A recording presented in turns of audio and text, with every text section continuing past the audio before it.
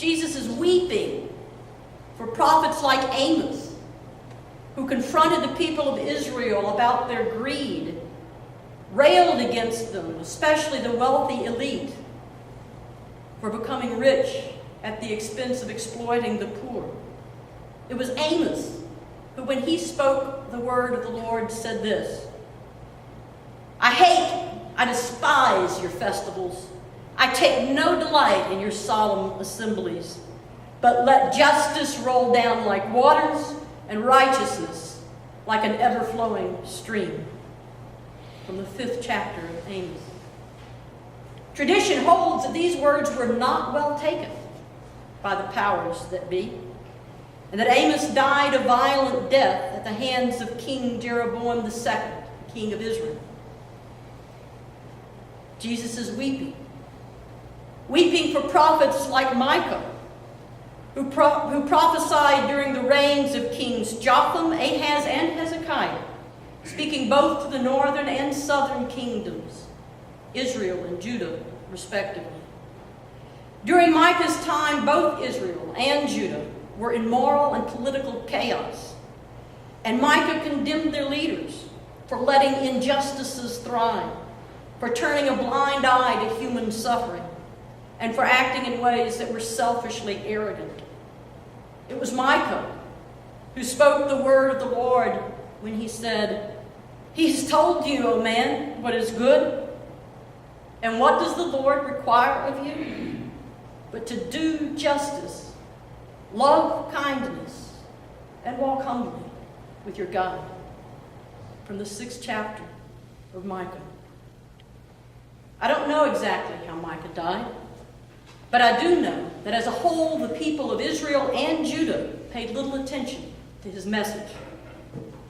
Jesus is weeping for all of the prophets who were and who are not listened to.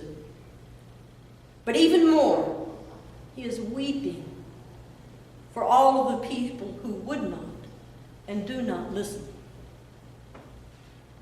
So quite possibly, this leaves us at this point, especially in the season of Lent, simply able to lament with Jesus that we are indeed quite far from where we need to be when it comes to shalom and salam. Perhaps we just need to lament with Jesus. Because maybe if we can begin by lamenting the distance, we might just also begin to open our eyes to the truth. And the truth is that we are never going to move forward into God's dream and vision of shalom and salam unless we begin to do two things. First, we'll have to be willing to listen to the inconvenient and sometimes repulsive messages of modern-day prophets who, like Amos and Micah and Jesus himself, reveal to us how far we are from shalom and salam. And secondly, we'll have to be willing to look beyond our own fears and desires to win to begin to grasp a way forward. Because quite often, as Jesus showed us, the way forward will involve a willingness to lose some of what we often try so hard to hold on to.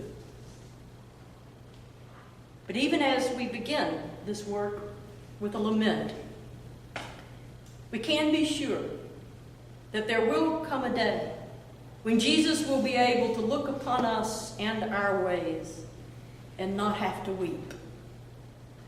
There will come a day, as the hymn says, when God's peace, which dimly shines through today's hopes and prayers and dreams, will indeed guide us into the ways of justice, truth, and love.